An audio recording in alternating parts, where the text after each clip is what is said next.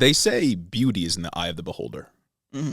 And for the most part, I think that's true. I do. I agree. But, nowadays people are very critical of what they call modern art.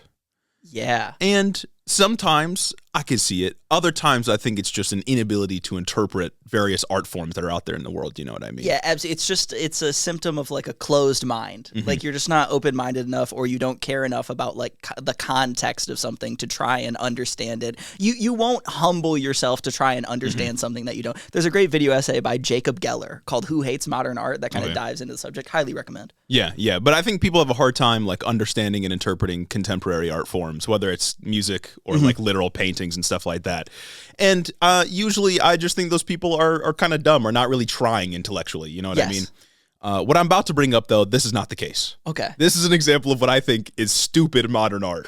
And it's from none other than Elon Musk. And I'm very excited to present this here on the show. It's not AI. Okay. That of course I would not consider to be art. Yes. This at least I think was a human that did this because it's like a physical thing. But Elon Musk posted this on Twitter. Elon Musk said, 2 years ago, I commissioned an art piece, a fork in the road. Had to make sure that civilization took the path most likely to pass the Fermi Great filters. And the art piece is literally just a fork in a road. in a fake road. It's not a real road. I saw that shit on Twitter. That is, it's there. There's nothing. Yeah. There's nothing there. The road doesn't even look real. Yeah. I don't understand, man. We're being so literal about it. No, yeah, that's what I was going to say is it's like there's no like room for interpretation here. Usually when you see a piece of art or a work of art, like there's some interpretation that the audience, the viewer has to do. There's nothing artful about this. There's no metaphor. There's no room to take anything else. Here, it's just extremely literal. and it makes me think of the people that critique modern art for not making any sense. And it's like, well, it's because you need it spelled out for you. Yeah. You don't even put any of the intellectual legwork in to understand these things. You need to commission art pieces that are so incredibly literal that there is no room for interpretation. And I think that's a sign of the times. I think that's really bad, actually. Yeah. I also just, this is a side note, kind of tangentially related. Dudes that think they're smart love bringing up the Fermi paradox. It's an interesting thing to like watch a Kurzgesagt video about. You know what I'm saying? It's an interesting thing to like think about. Exactly. But dudes like Elon Musk use it in this way. It's like I am the arbiter of modern civilization. I am going to, because he genuinely thinks I'm going to lead us to the space age. Yeah. And people like Joe Rogan continue to feed into this narrative that he's going to let us colonize Mars and we're going to fucking terraform Mars, even if we can't do that to our own fucking planet. Yeah. I digress. No, yeah, it's pseudo-intellectualism, and it goes stupid. It goes crazy if you're stupid. On God, because it's the one thing that dumb people know. Yeah, but it reminds me also of, I don't know if you saw this Twitter drama, but there was a PhD student, and she posted her honors thesis or her PhD dissertation on Twitter. It was like examining the olfactory politics in modern and contemporary literature. Yes. And she got lit up for using the words modern and contemporary. Because people were calling it redundant when these describe different eras of literature. And it just goes to show you that people are really stupid. Like they do not put in an effort to understanding like intellectual practices, whether it's in literature or art or wherever else. But they try to act smarter than the person actually doing it. And they're not actually doing any of the interpretation or like the they're not using any brain power and understanding what they see before them. It's the perfect representation of Dunning-Kruger. Yes. Like you just don't know what you're talking about, yet you speak with such authority. It's insane. And it was insane, the vitriolic like hatred that she got. Yeah, also because she's a woman, of course. Absolutely. But it's a combination of woman and like humanities.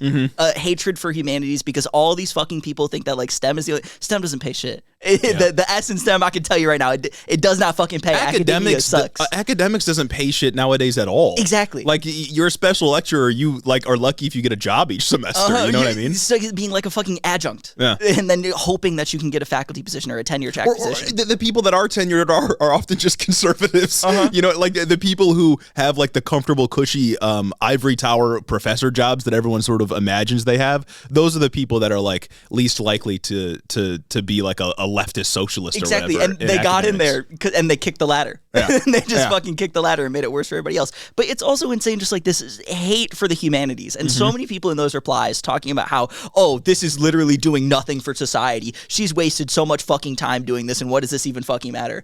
Brother, it's like literature and the arts. Yeah, like it's culture. It's a literature PhD. One, you coming at this angle tells me you know nothing about what the work of a PhD is. You know absolutely nothing. Every single PhD out there is so incredibly niche. Yeah. There are STEM PhDs that you would laud that are about, like, I don't know, fucking looking at dog shit.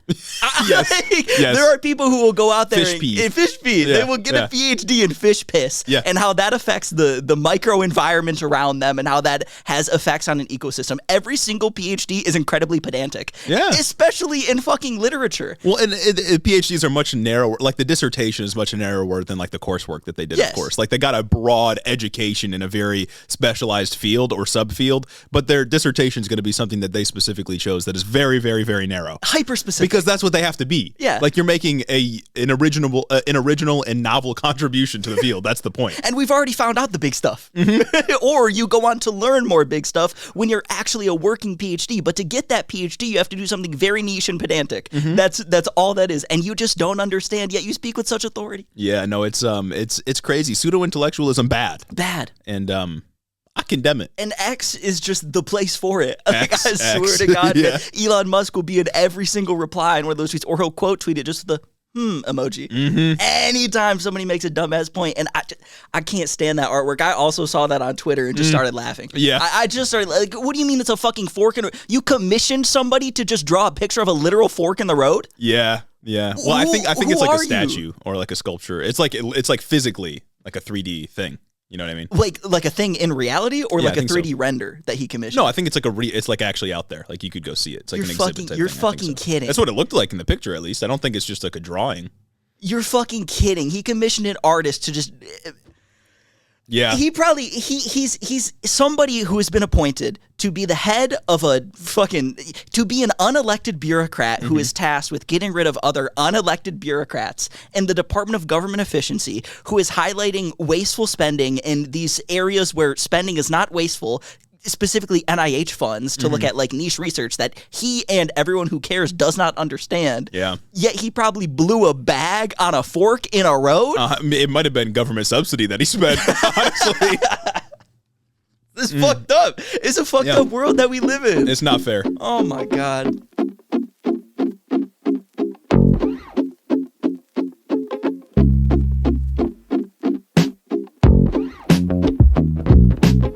Welcome back to Head in the Office, everybody. You might have thought that with the end of election season that the news would be over.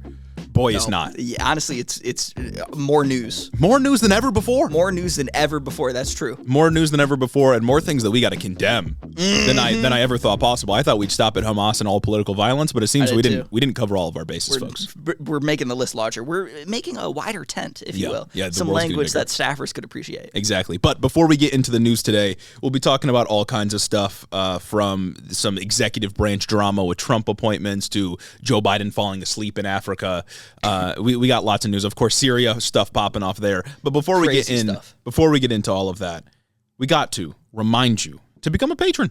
Please get early access to all of our content. We're about to be recording another People of Interest episode this week, which will be dropping on Patreon first. It's going to be a good one, folks. If you want to hear it, you got to be on Patreon, and then it'll come out for everyone else, the chumps. Yep. Later on. So if you want access to that, you know where to go. Also consider getting some merch. Look, it's the Christmas season. It's the holiday season. I'm saying you order it now. Shit, it might even be there in time. A lot of you probably want to get gifts, either maybe for yourself or for somebody in your life, a loved one perhaps. Hiddo merch is a great way to go. Treat yourself to the gift of Hiddo. Yeah. Especially this new collection, guys. I mean, come on. It's subtle. You could rock it around.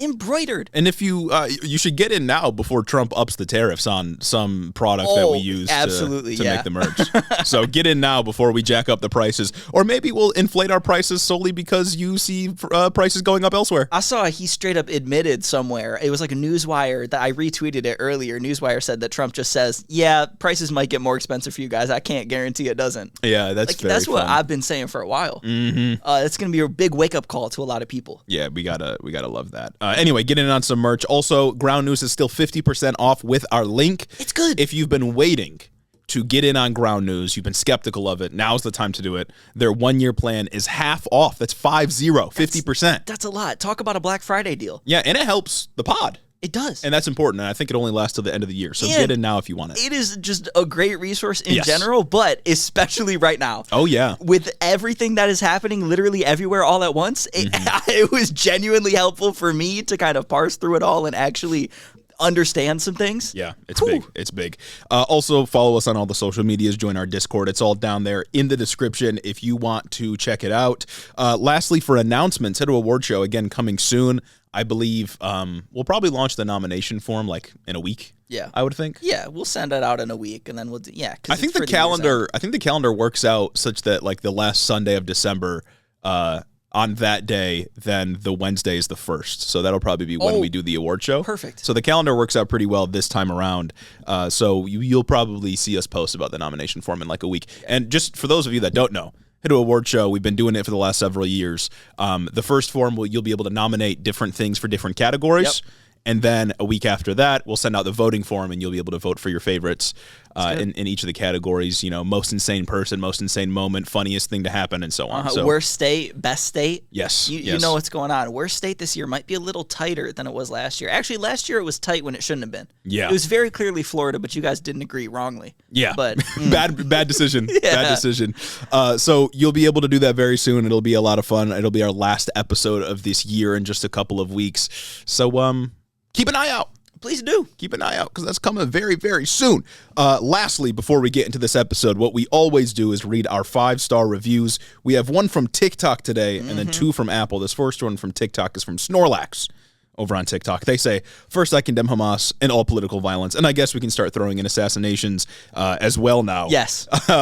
Long-time listener, second-time reviewer, love the pod. Thank you for doing the Lord's work. After this election, my hatred for the Democratic Party has grown twice in size.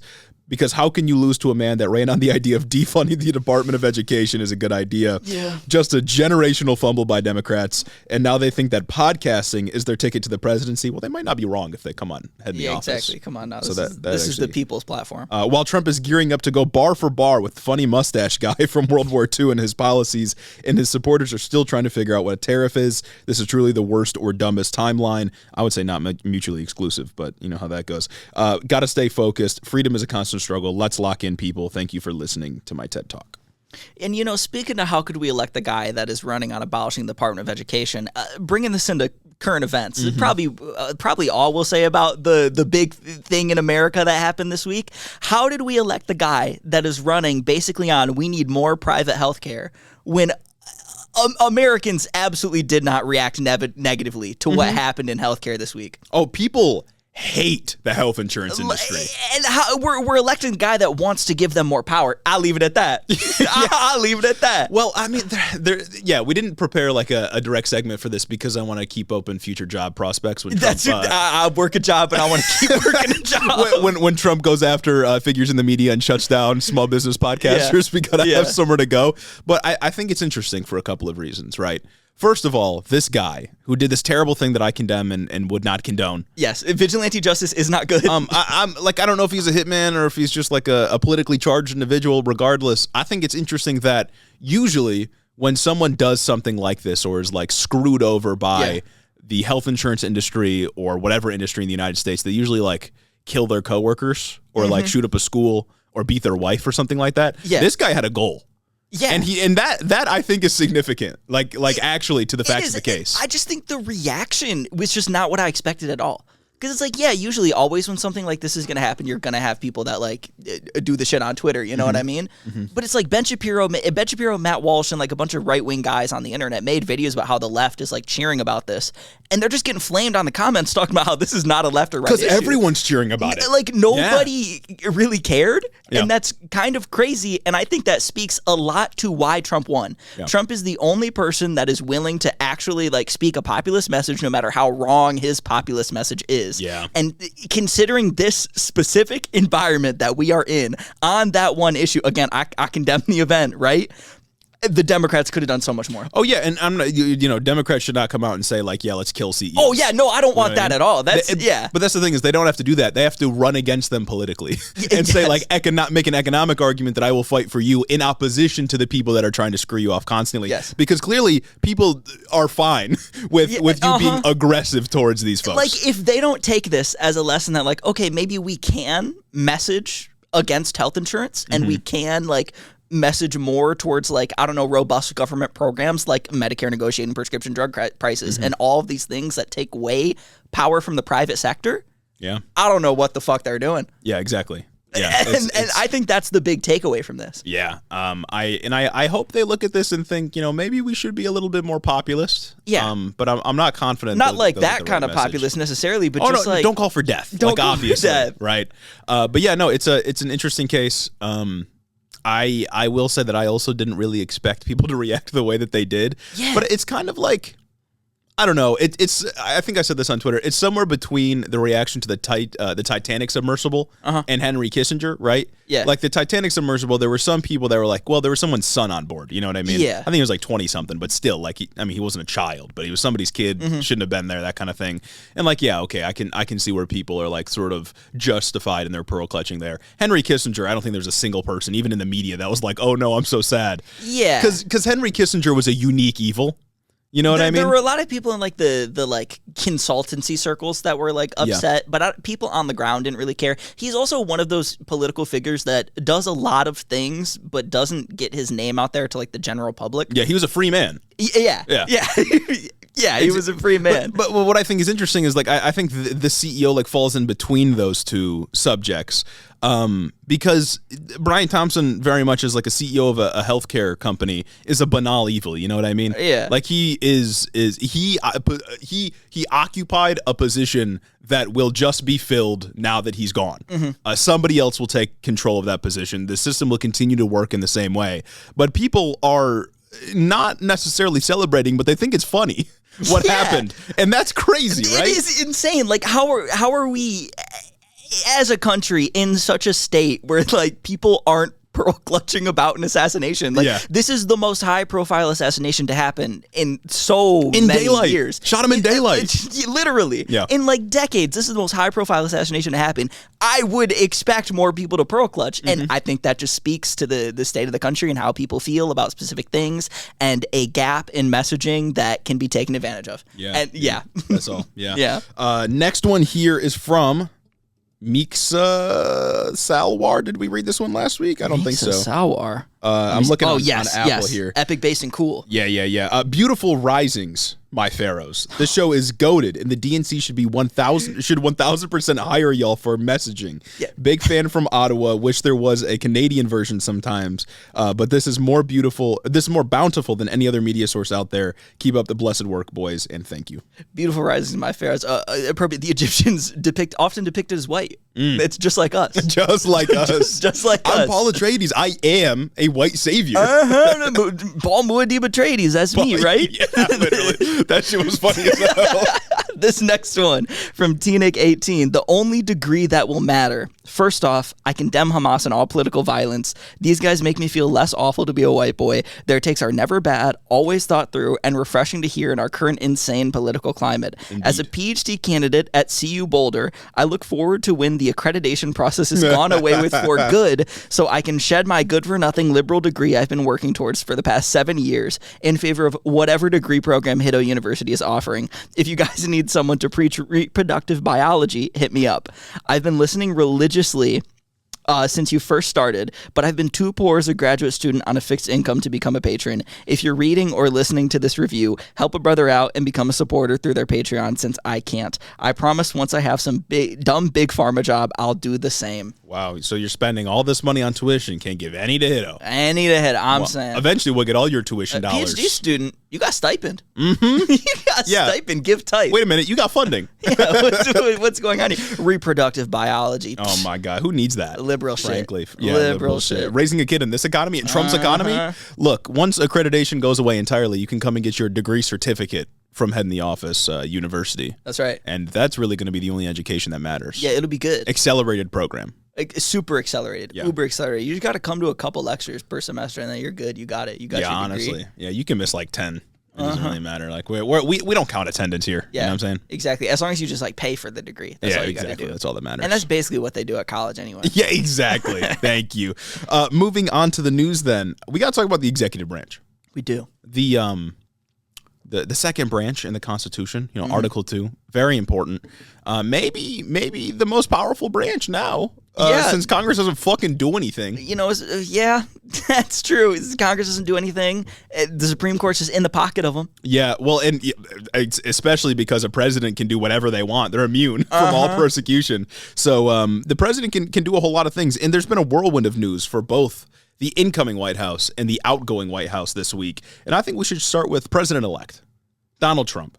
Because important figure. He's we've been talking about him for a long time. Mm-hmm. He's a friend of the show here, and he's been, obviously, as you all know, announcing various appointments to different positions within the government. He's also been meeting with various world leaders. Yeah, already. He's already just going around and just being the president. He's also been announcing that he's going to end birthright citizenship. Yeah, which is in the Constitution. It's the 14th Amendment. You can't just do that. Literally right there. I just think it's so funny that he's just the president now. Yeah. Joe Biden is doing nothing, except something we'll get into later.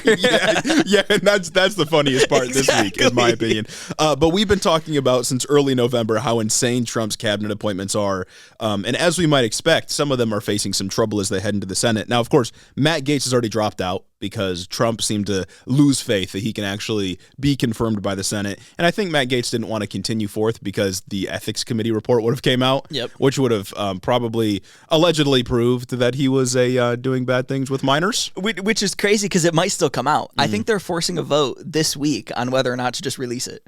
And I hope democracy prevails. I do too. That should be out there. If my representatives truly represent me, they will vote yes to force that open. Exactly. But for this segment, I want to focus on friend of the show, our favorite maniac. And I mean that literally. This dude is insane. Pete Hegseth. I thought he was insane just based on the words that he put to paper with that book. Yeah. Just the book and the tattoos and the things that we highlighted like a couple weeks ago when he got announced. Mm-hmm. But so much more has come out after that. Yeah, exactly. Trump's pick for the Department of Defense is having a hard time getting his, we're not even at Senate confirmation phase yet because Trump hasn't come into the White House yet, even if it seems like he has.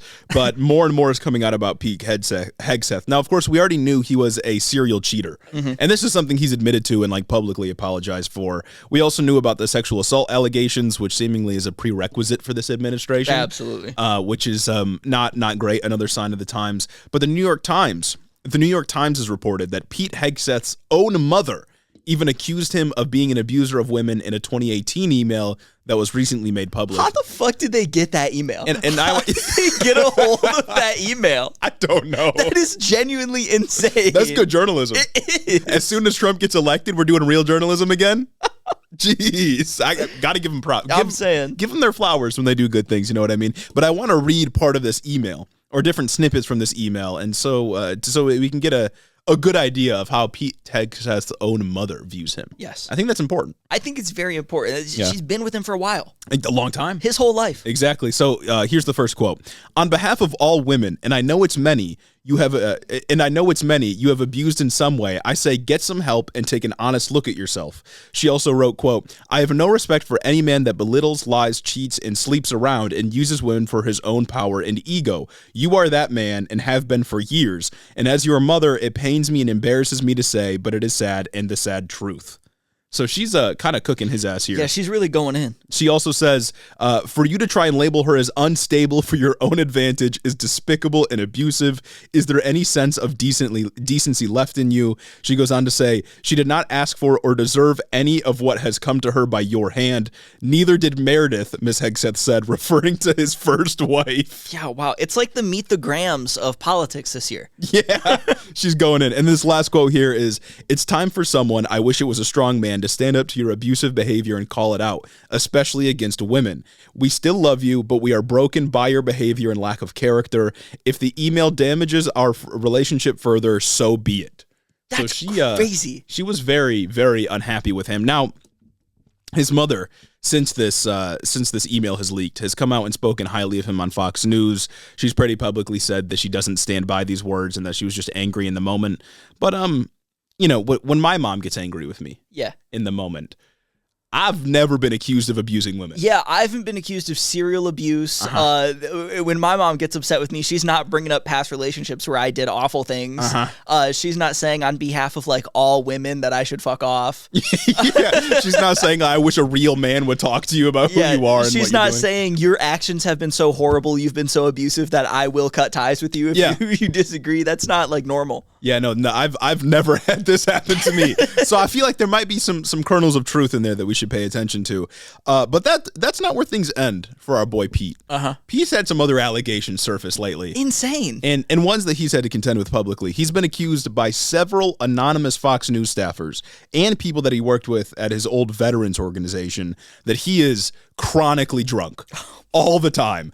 He's been accused of having to be carried out of certain events. He's been accused of showing up late to his 6 a.m. Fox News shows, smelling of alcohol, being regularly hungover, and getting, and this is a quote, absolutely wasted at Fox News events. Damn, he would be the type to get drunk at work events. He would be the type to get shit-faced at work. Obviously, he and Trump's team has completely denied these claims.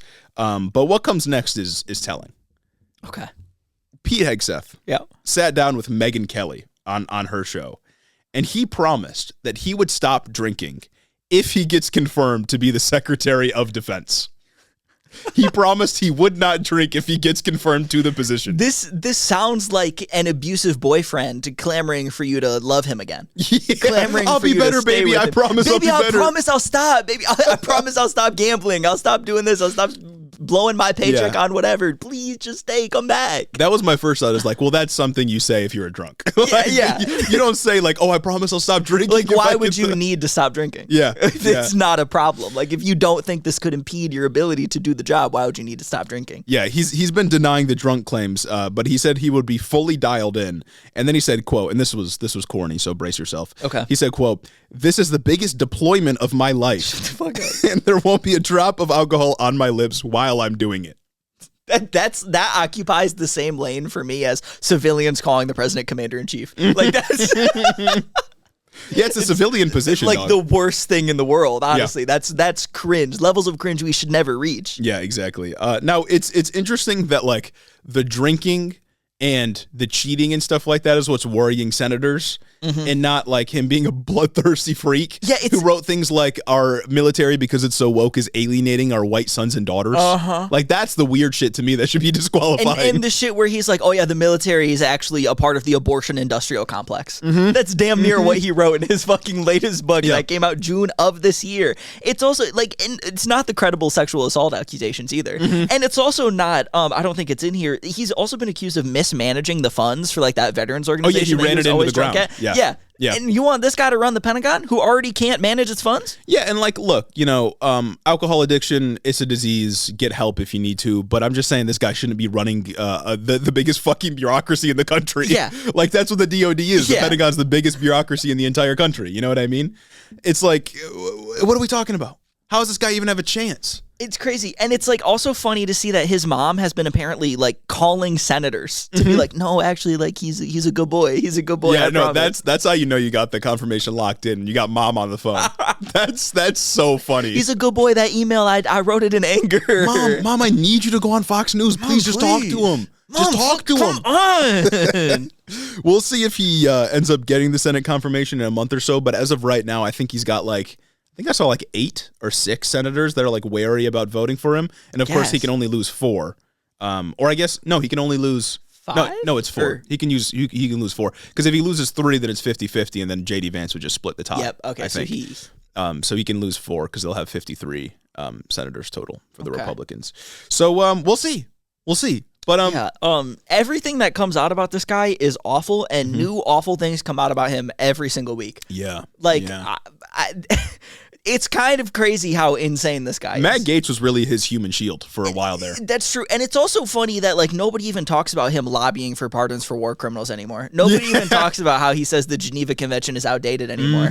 Like yeah, that's the type of shit that should be disqualifying. He doesn't think that like our international rules are important. Especially for running the Pentagon. Yeah. Like the Pentagon, like the Department of Defense. What are we talking about?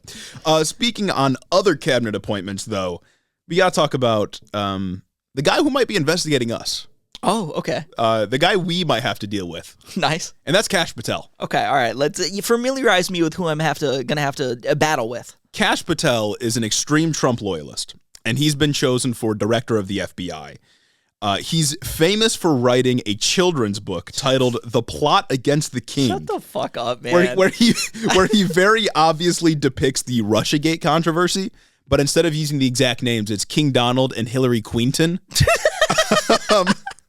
And it's like the plot to take down the Trump family, basically, which, I guess the left isn't the one doing the indoctrination. You know what? You know what's kind of crazy about that is just hearing that brief description, I could totally see this being something like a liberal puts out as well. yeah. It's but bad. like flipped. Far more seriously, though, Kash Patel has promised to, and this is a quote, come after people in the media who lied about American citizens who helped Joe Biden rig elections. We're going to come after you, whether it's criminally or civilly. We'll figure that out. So he's promising to just go after people in the media. That's not something you can do. Yeah. We have the First Amendment for a reason.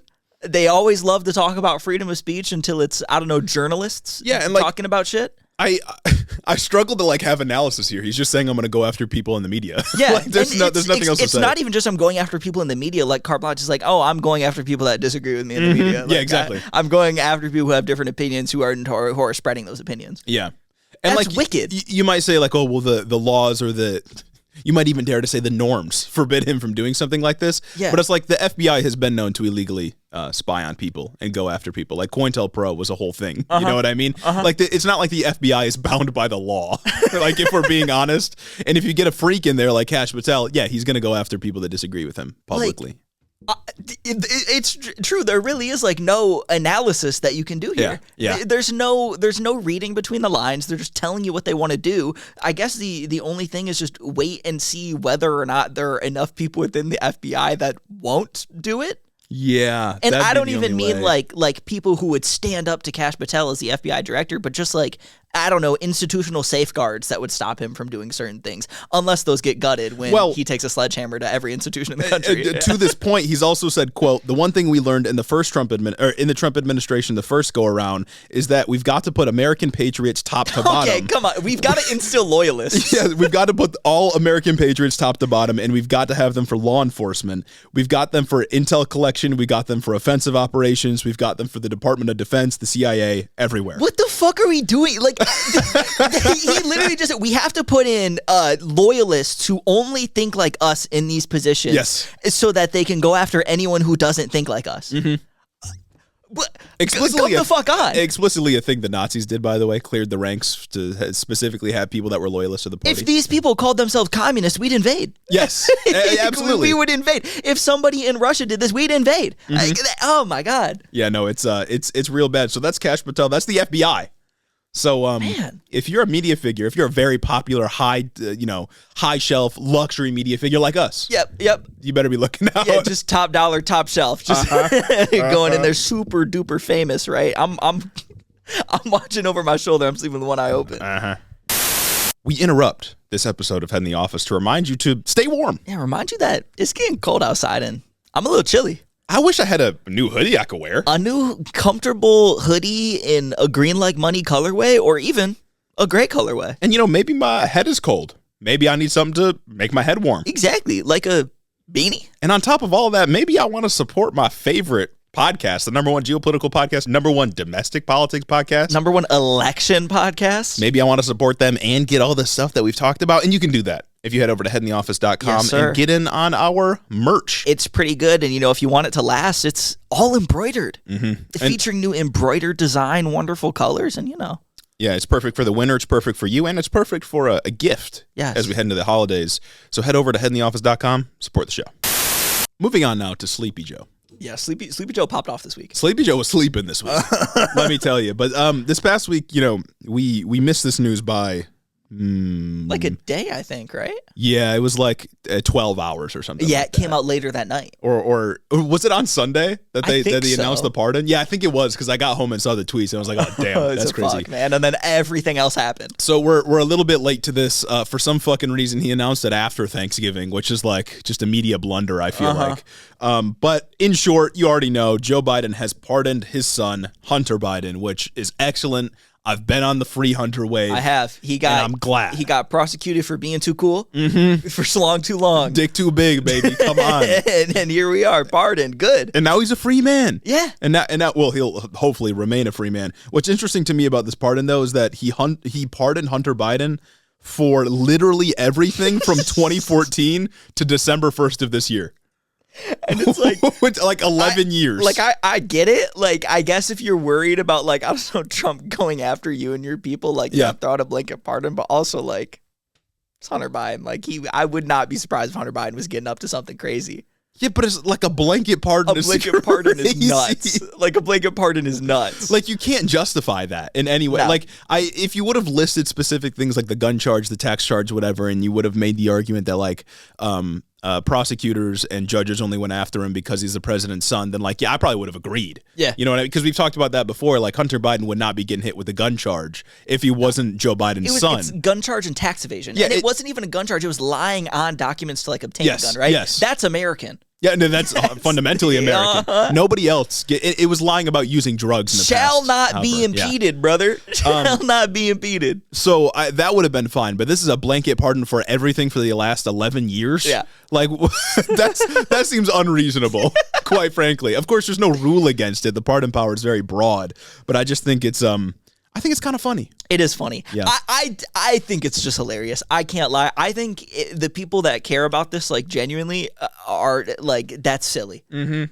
Of course he was going to do it. You know what I mean? I know people are trying to hit the angle, and a lot of, like, really annoying liberals are trying to hit the angle that, like, oh, Joe Biden lied about whether he was going to do this, and that's why it's wrong.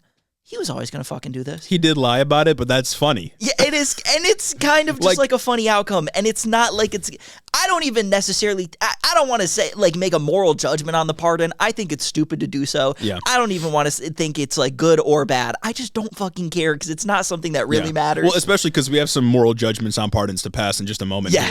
But when it comes to Hunter Biden, like, yeah, I don't care. Yeah, he lied about it. The thing that makes me upset about him lying about it isn't that, like, he just lied about the pardon because we knew it was going to happen. Yep. You know, this isn't a surprise. What makes me sad, though, and a little upset, is that we know Democrats can lie about things. It's more specifically, we know Democrats can lie about their political positions when asked about them. Yeah. But it's never for cool shit. No. You know, like Joe Biden here frankly lies about him pardoning his son, Hunter Biden. Multiple times, over months. Kamala Harris, over the last 5 years, lying about various positions that she's had. Never once can they lie in a good way for the benefit of regular people. You know, when the clock's almost run out, they can't do it. They can't just do the job. Only for things that either suck or are just eh. Like one time, like just once, I want like a Democratic senator or something to lie on the campaign trail. Like, no, I'm not going to be a radical. No, I'm not going to go after corporations. And then they do it. You know what I mean? One time. Please, I'm not going to pack the court. I promise I respect the institution. 20 justices on the Supreme Court. Exactly. No, why can't Democrats do that? That'd be great. They're always lying in a bad way. Man, it sucks, bro. It just fucking sucks out here. And what was it, Nate Silver, I think, got out there and tweeted, and he's like, if any Democrat doesn't reject this pardon within 48 hours, I don't even want to see them on, like, having a chance in 2028. We need to repudiate them. Nate, you fell off, dog. I'm saying. Go away. And nobody gives a shit. This is something, obviously, conservatives, like, threw a hissy fit over this, and conservatives are like, oh, so Joe Biden can do this now. Now, looks like Trump really can pardon the J6 prisoners, as if he wasn't going to anyway. Yeah. Like, yeah, exactly. He's going to anyway. There were so many false pretenses that were thrown out about this that it just made the whole discourse just the most annoying thing to happen this year. Trump was always going to pardon whoever he wants. Yeah. Like, and he did last time around. He pardoned all of his friends. Criminals, he pardoned his friends. He pardoned a family member and made him the ambassador to France or some shit. Like, yeah, it doesn't matter. Yeah, he pardoned Jared Kushner's dad. Yeah. And gave him a job now in the federal government. And it's like there were liberals that were getting out there saying that, wow, now Trump really can do whatever he wants, as if he wasn't going to. Or nobody cares about your fucking norms. Nobody cares. Not a single fucking person. It's been proven this week. Like, Yeah, no, it doesn't matter. But the argument, especially that like, oh, this is gonna enable Trump, really dumb. Because like nobody, he's gonna do it anyway. It's like the argument about like platforming Trump. Yeah, he's the president. Yeah. Now, in addition to his own son, Joe Biden is also considering a preemptive pardon for a number of different people, including Adam Schiff, Anthony Fauci, and the one and only Liz Cheney. Those are the three names that have been reported that might get a preemptive pardon. Now, I think the general idea here is like Trump's DOJ is going to unfairly go after these people, so they need a preemptive pardon from Biden. And like, yeah, okay, fine. Trump will probably find some like. What the fuck are they going to go after Liz Cheney for? Well, they might find something spurious to go after her for, right? Tax evasion. Like, sure, okay, fine. But like, if we recognize that Trump isn't going to respect norms or traditions, what the fuck does like ink and paper from a former president have to do with him going after these people? It's not going to stop them. Who cares? It's like, he can't pardon them in the future. Trump will just wait. Yeah. Or somebody else will go after him if that's really like a project that they want to pursue. Like, it's just not. It's stupid. Yeah, especially because like, you know, this will expend some amount of political capital. You're going to use it on Liz Cheney. Yeah. You should let her get taken by Trump's DOJ. She probably has done things that are like could get her in federal prison. Do it. Well, it runs in her blood. And exactly, the sins of the father.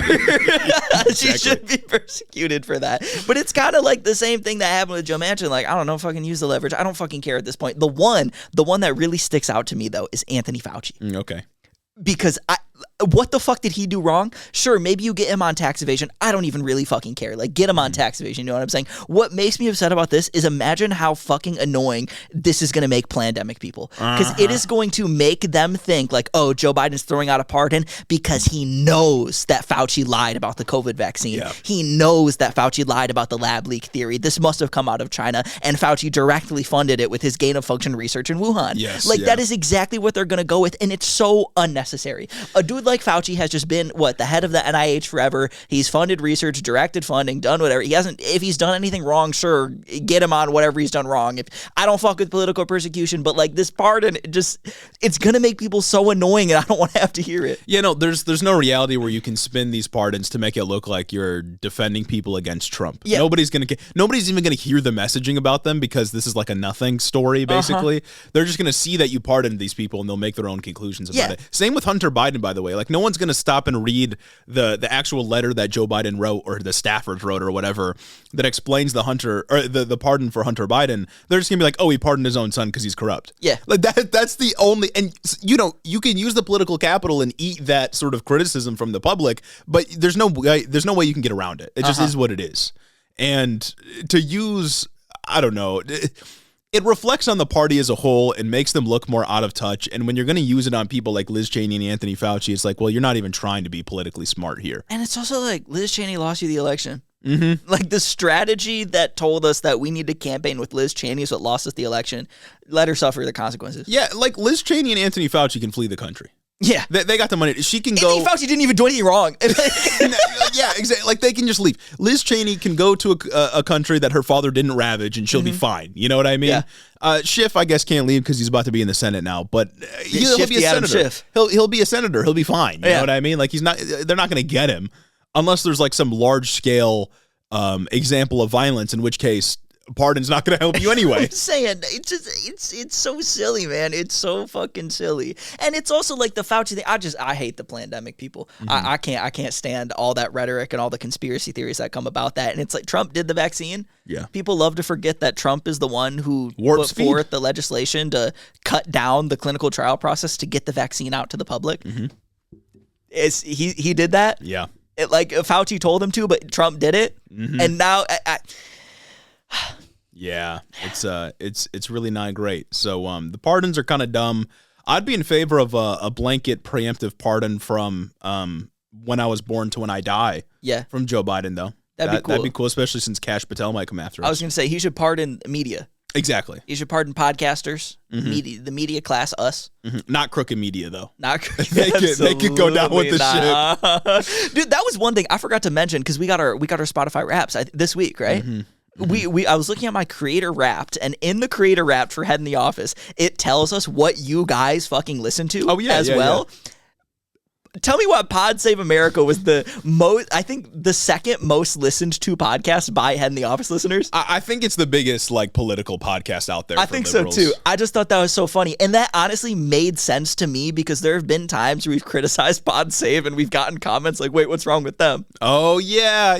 Well, now I hope you guys... I mean, last episode was all about them. Yeah. Pod Save the I think hopefully they recognize this is like a year ago where that shit was happening. Also, like, I think Beyond the Bastards was like the most listened to by Hito Heads, which is cool and based. Exactly. Just like us.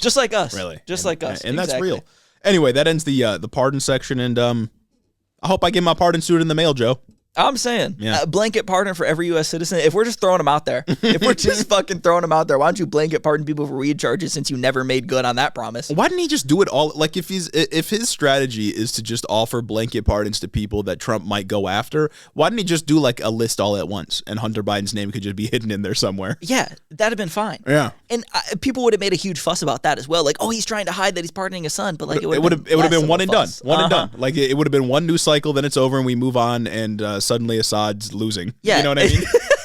And I would have seen one story about it. I wouldn't have had to seen a billion stories and a billion pieces of commentary that are making a bigger stink about the Hunter Biden pardon than I feel like is really deserved. And then I wouldn't have to go on and see Liz Cheney pardon. Yeah, and he should have dropped it on the Friday after Thanksgiving, which is when Trump announced Kash Patel as FBI director, because no one's paying attention to news on the Friday after Thanksgiving. That's when Joe Biden should have dropped it. I didn't even know about the Kash Patel. That's how untapped in I was. Exactly, because it's Thanksgiving weekend. Yeah, what the fuck? I'm not doing this. I already did enough of that at the dinner table. Come on now. Exactly. Fighting for my beliefs. Are you kidding? I don't got energy to fight back anymore.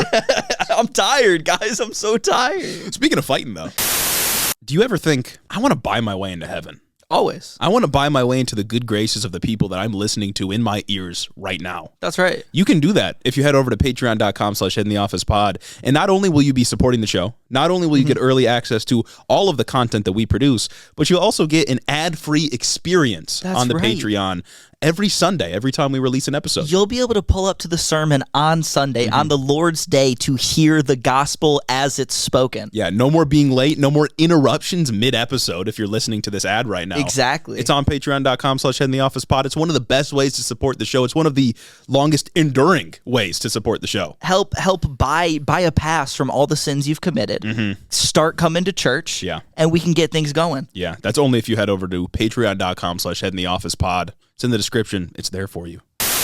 We got to talk about Texas, guys. We got to. We got to talk about Texas. And I think, folks, it's time to get back to our roots. Now that the election postmortems are kind of dying down a little bit, if we weren't Hito, we would be waiting for more news about how Trump plans to do bad things, but bad people in positions of power. But we are Hito, and we get to fill this hour to 2 hour runtime with the news zooming in the country and looking at the awful things that state legislatures want to do. You know, we don't wait for the news. We make the news. We do. We are the news. We make the news. We hunt for the news. We search for the news. We get investigative journalism. Absolutely. That's what we are in this podcast. We're not podcasters. We're journalists. This is a serious show. We're journalists. We're educators. We run the sermon. We do a lot. This is a Jack of all trades podcast right now. And our roots are rooted in looking at what states are doing that people aren't paying attention to. And boy, are people really not paying attention. And what better state to start with than Texas? Texas. Excellent. I think Hito 2023 award shows worst state of the year. Should have been Florida last year or 2 years ago. I can't remember when you guys fumbled. No, I think it was last year was Texas. When this year, I think you guys are Texas is making a strong case for itself. Texas is making, I could see Texas doing a deep run. Yeah. I could see a place like Ohio or Oklahoma doing a pretty deep run as well. I think so, but I think Texas really coming through in the 11th hour with just a sweep. Yeah, it's tough because politics was national this year. Exactly. It was very national. Hard, and people weren't paying attention. And, even I myself wasn't paying too much attention to state legislatures. It was hard. I go on fucking politics Reddit, and people aren't talking about this, which I think they should be, and I think you're going to agree with me when I go in and tell you what's happening. They're talking about the 7 different articles that all say the same thing about Trump. Yeah. No, and it's bad. Valid, but annoying. You know what I mean? And very far removed from people's actual lives in that moment. Exactly. Yeah. And I think that's just a bigger symptom of why people can't stand liberals. And I kind of understand the Trump derangement syndrome comments because I can't stand trying to find actual things that are happening. And he's seeing the 15th article about, I don't know, a case that Trump has. I agree that the cases are crazy, but if that's all we're talking about, gang, we're kind of separating ourselves from people's everyday realities. You know what I'm saying? Yeah. And it kind of reminds me of the reaction of Trump announcing announcing that he's going to undo birthright citizenship. Like, we've got people like scoffing at the norms, like, oh, the norms, the tradition, you can't do this. When it's like,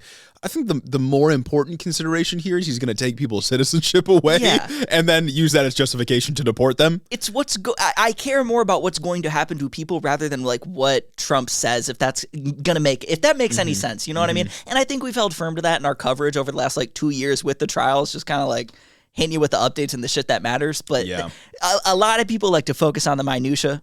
Hito likes to focus on the realities. The realities. And the birthright citizenship stuff screams J.D. Vance. Absolutely. That's a J.D. Vance policy right there. They shut him the fuck up.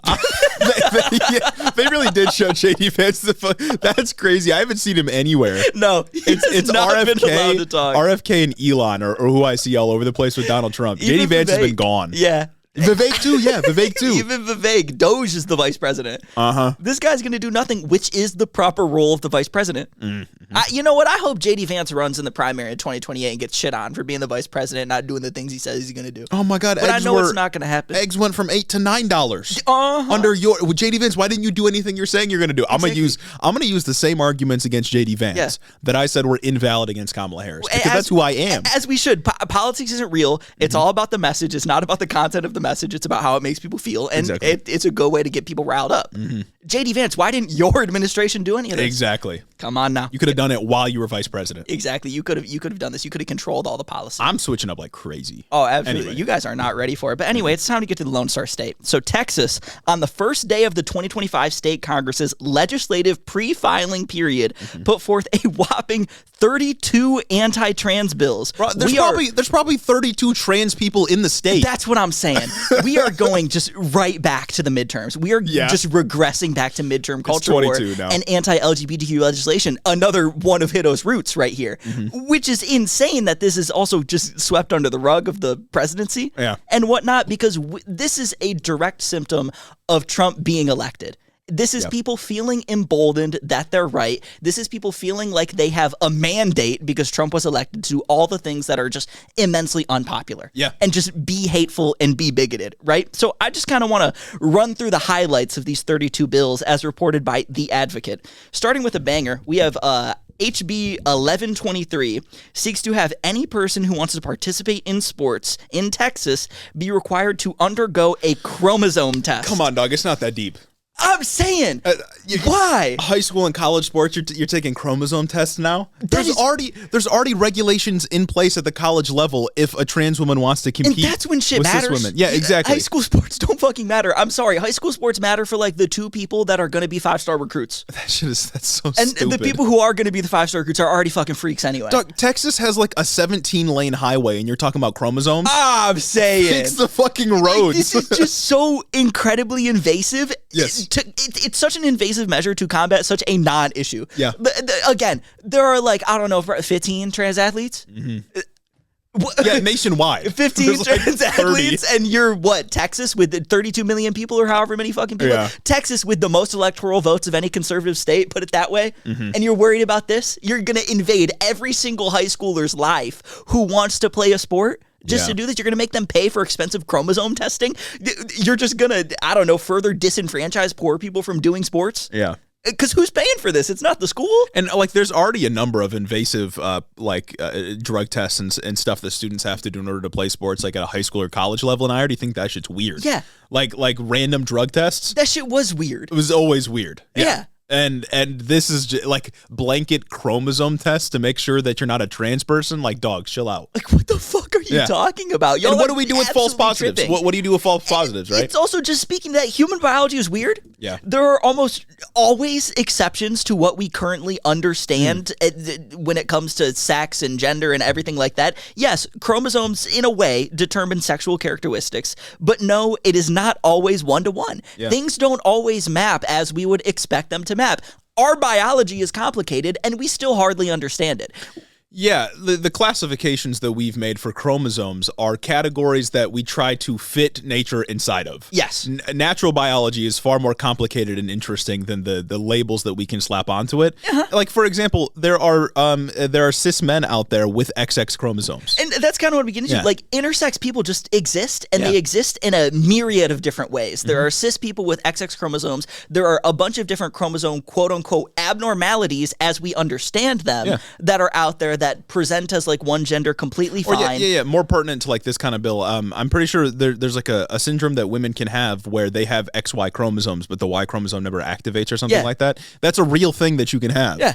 That is sort of just smoothed over when we talk about these simple binaries that aren't real, by the way. And it's like now they have to have their lives uprooted because they wanted to, I don't know, play volleyball and probably be bad at it. Yeah, they want to play volleyball because their friends play volleyball. Exactly. That's literally all it is. They want to join a fucking soccer team with their friends, and all of a sudden they find out that they're, I don't know, they have an abnormality, quote unquote, with their chromosomes, and now they can't, even though it doesn't manifest in any meaningful way. Yeah. Like, what is going on? Some people also, like, completely, quote unquote, pass as one gender or another.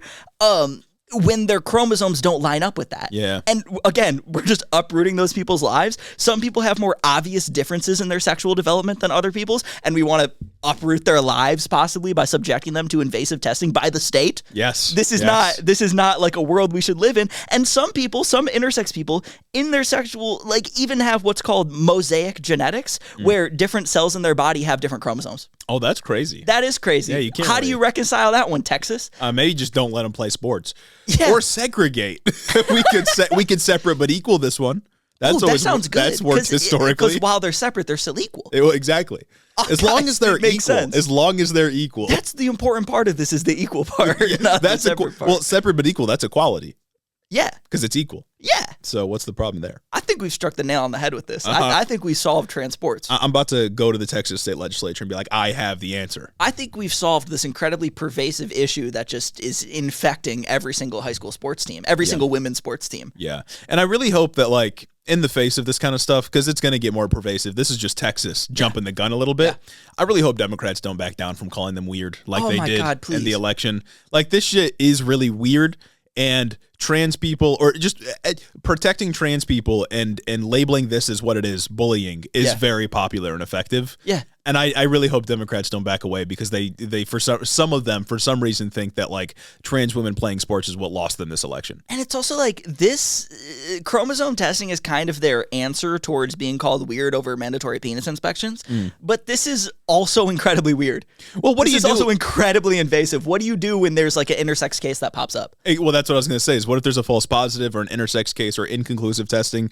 What's the next step? Like 1 to 2% of the population is estimated to be intersex in America. That's what, conservatively 3.5 million people? Yeah. That's a lot of fucking people, and you're just going to make them, like, it's stupid. This hasn't worked. We've tried doing stuff like this at the Olympic level, and it has caused bad things to happen. Yeah, and we've moved on. It's just unnecessary. It's not a real problem. It's something they focus on in lieu of solutions to actual issues that you're facing, like the fact that you can't afford rent. Or the fact that you can't afford healthcare, a very relevant subject this week. Yeah, and I'm going to be the friend that's too woke for a minute. These are all categories that are just made up anyway. Yeah, gender's not real. If I'm being that friend that's too woke, like, there's also that angle to contend with. But even outside of that, even outside of the regular realm of things that are, I don't know, acceptable to society, this is weird and incredibly invasive. Yeah, and when we're talking about sports also, I saw this interesting TikTok where, like, for some sports, there is an advantage in being, like, biologically bigger. You know what I mean? Like, if we're talking, like, football, like, obviously. Yeah, of course. But there's also some sports, like at even an Olympic level, where there is really no difference between men and women. And there used to just be one contest where men and women competed against each other. Archery was the example that this guy used, and a woman won the top spot, and then they segregated the sport. Classic. Because men couldn't deal with losing to a woman. Chess is also segregated. That's ridiculous. I don't understand why. I think I've seen, like, videos trying to explain it before, but that shit probably sounded stupid and I don't remember it. Girl brain and boy brain. Yeah, well, precisely. If somebody can come to me with an example of why chess needs to be fucking segregated, please, I am all ears. Yeah, because I remember there was a controversy over a trans woman, I think, trying to play. We covered it. Yeah. Oh my God, we probably covered that in our first year of the podcast. Yeah. What a fucking world we live in. Well, of course, if we really want to be fair about sports, we would just divide it by height and weight, and gender really wouldn't be an issue because height and weight's really what's going to determine your like proficiency at various things. But of course, we're not going to do that because these are like gender essentialists that are leading the policy here, and all of these policies are just a way to attack trans people with the force of the law. Yeah, it's a wedge issue. Yeah, none of it's about actually protecting women in sports or anything like that. It's just because they hate trans people. Yeah, they just want to get their foot in the door so they can, I don't know, do things like this, outside of the state legislature in Odessa. This is outside of the 32 bills that were put forth in the pre-filing period. This is in Odessa. A city council enacted a bathroom bill banning trans people from using bathrooms that do not align with their sex assigned at birth. Violators would be faced with trespassing charges and fines from the city council of up to $500. Oh my God. But it doesn't end there. This bill also follows the infamous trend of the Texas legislature turning ordinary citizens into bounty hunters who can sue these trans individuals who use the bathroom they identify with for no less than $10,000 plus legal fees. What the fuck? What are you, bounty hunters for bathrooms? Yep. What the fuck? Bounty hunters for bathrooms. This is just going to make people peep on each other in the bathroom. That's what I'm saying. This is just going to make people look over the stall, look between the cracks of the door to fucking try and see, oh, that looks like a man. Yeah, you got a dick in there? Like, what the fuck? This is stupid. This is stupid. And it's dumb. And it's one of those policies that just enforces people to tattle on their neighbor. Yeah. Folks, don't tell on your neighbor. That's Hiddo policy. There is no epidemic of trans women assaulting cis women in the bathroom. It just it isn't a real thing. And in the description of this video, I've linked to an article. It's from Medium, just breaking down the stats. There's also our video essay that Jeremy did over the summer where he talks about the stats of bathroom bills. Trans women in bathrooms do not make it less safe for cis women. Exactly. This conversation only centers around women. That's why I'm kind of talking about it, at least in the culture war. But if anything, trans people using the bathroom that they identify with corresponds to more rates of them getting harassed. Exactly. It is less safe for trans people to do this. And this is not put forth to protect trans people. Yeah. And it's actually cis men who are statistically more likely to be uncomfortable with trans women in the women's bathroom than it is with cis women in the women's bathroom. Do you know what I mean? Who would have thought? Like, it's cis men who are concerned more about this than the people who actually share the bathrooms with trans women. Because, like everybody else, trans people got to pee. Yes. Or take a shit. That's all it is. And I think in the Medium article, they talk about some article that was published in a real publication, like an academic publication, saying that bathroom bills are associated, or bathroom bills and like the culture surrounding them, so the negative, perception of trans people using the bathroom they identify with, is associated with higher rates of UTIs in trans individuals because they're fucking scared to go to the bathroom. Yeah. So they're holding it like these are just bad in like every case, in every way. There are no stats out there that say that trans people are assaulting people in the bathroom. There's no actual evidence out there that says that people are opportunistically using the acceptance around trans people going into bathrooms to do assaults in bathrooms. Right. Because people are just going to do that anyway. A dude who wants to go into the woman's bathroom and do nefarious things doesn't need the guise of trans people being accepted to do that, to go and do that. He's just going to do it, as unfortunate as that is. Yeah, like a bathroom's not a fortress. Yeah. You can just walk in. And like, importantly, of course, sexual assault is already a crime. Like, it's already not a thing that you're allowed to do. And if the argument is that, okay, well, allowing trans women in the bathroom with cis women will make it more likely, statistically, that's just not true. Like, empirically, that's not the case. So there is no justification. Again, they're just singling out trans people because they hate trans people. There's no, it doesn't matter how much they hide it behind the protection of cis women. It's just bigotry. Yeah. At its heart. I think it's also notable when we talk about Odessa, the mayor of Odessa was elected on like the tagline that he wants to make the city repent. Oh my God. So that's gas. I got that from the Texas Tribune, by the way. we are in a very bad place. Yeah. What the fuck do you mean you want to make the city repent? Dog, who the fuck are you? Who made you God? This is insane. Are you not supposed to judge? Isn't that not your responsibility? Yeah, don't judge your neighbor. That's one of the commandments. There's right? some shit like that. Like, you're not supposed to pass judgment. Only God can pass judgment. Yeah. Who are you to say someone needs to repent? Bro, I can't, right? But either way, back to the ordinance. The ordinance applies to, quote, any building, facility, or space owned, leased, or controlled by, or leased to the city of Odessa, including but not limited to community centers, libraries, airports. There is an airport at Odessa, I'm pretty sure. Park facilities and administrative office buildings. Damn. The mayor said the city will not encourage cops to monitor the sexual identity of people who use the bathroom, but just other citizens. That doesn't really matter when we have given any psychopath the authority to not only just tattletale on people to get them in trouble, but also have a financial incentive to tattle on people. Well, $10,000 in taxpayer money. Yeah. Yeah. That's crazy. Not taxpayer money. On money, I would assume from the trans person, because it's you are suing. You're suing okay, yeah, even they've better. deputized them to bring the trans person to court, drag them through that whole process of, I don't know, fucking litigation, and then make them pay $10,000 plus legal fees. Well, yeah, of course, because trans people are loaded in this country. Apparently, well, they are. When I think of the CEO, the owning class, full of trans people. Well, because we pander to them. Well, of course, because culture panders to trans people. Yeah, the richest people aren't just like cis white dudes. Old cis white dudes. Well, you don't understand. A trans person in a movie I saw means that they've made it as a group. Well, of course, too good for too long. Too good at it. Too good for too long. They're running Hollywood, the most important institution in the world. You've been living large for too long. Yeah, they've been in a couple movies, and now. It's ridiculous. You're just gonna make it more likely that people are assaulted if there's even just like a couple of dudes that are like sitting outside of public bathrooms waiting to like check the genitals of somebody walking into the women's restroom. You're just making it more likely that someone's gonna get assaulted by the guy. Like, I bring this up every time we talk about bathroom bills. What about the like trans women that do like pass and they see this, and what fucking bathroom do you go to? Yeah. Do you go to the women's bathroom and hope nobody's looking for a dick?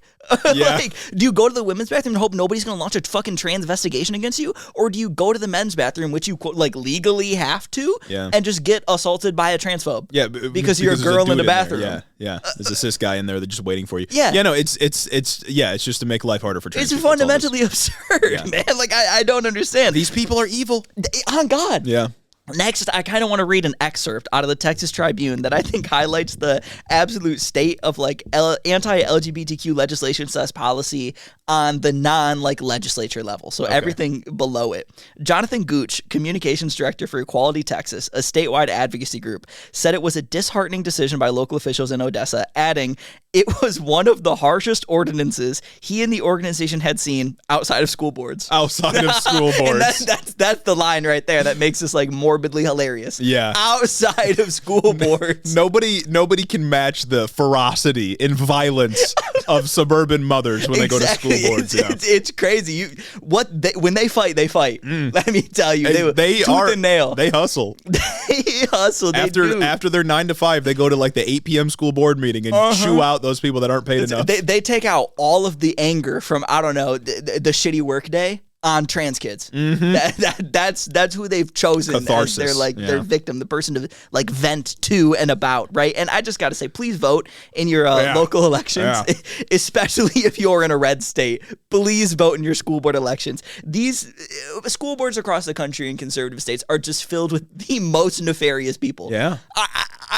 I don't understand. It's like they live and breathe for this shit. They live and die for this shit. Yeah. And of course, like, red states suck. Don't live there if you don't have to. Real. But there's plenty of trans people in red states that don't have a choice to move, right? Yeah, it's and they'll be expensive. subjected to this kind of stuff. So it's important. If you're gonna vote, at least vote locally and at a state level for them, right? Yeah, because clearly this matters, because school boards, admittedly in Texas, are popping off with evil. So that's great. Moving back to the state legislature, HB 239 is a statewide trans bathroom ban that bans people from using the bathroom they identify with in any public building, including the Dallas-Fort Worth Airport. Man, that is a major hub that thousands of people come through every day. First thing you do when you get off the plane is go pee. Yeah, I'm saying. It's the first thing.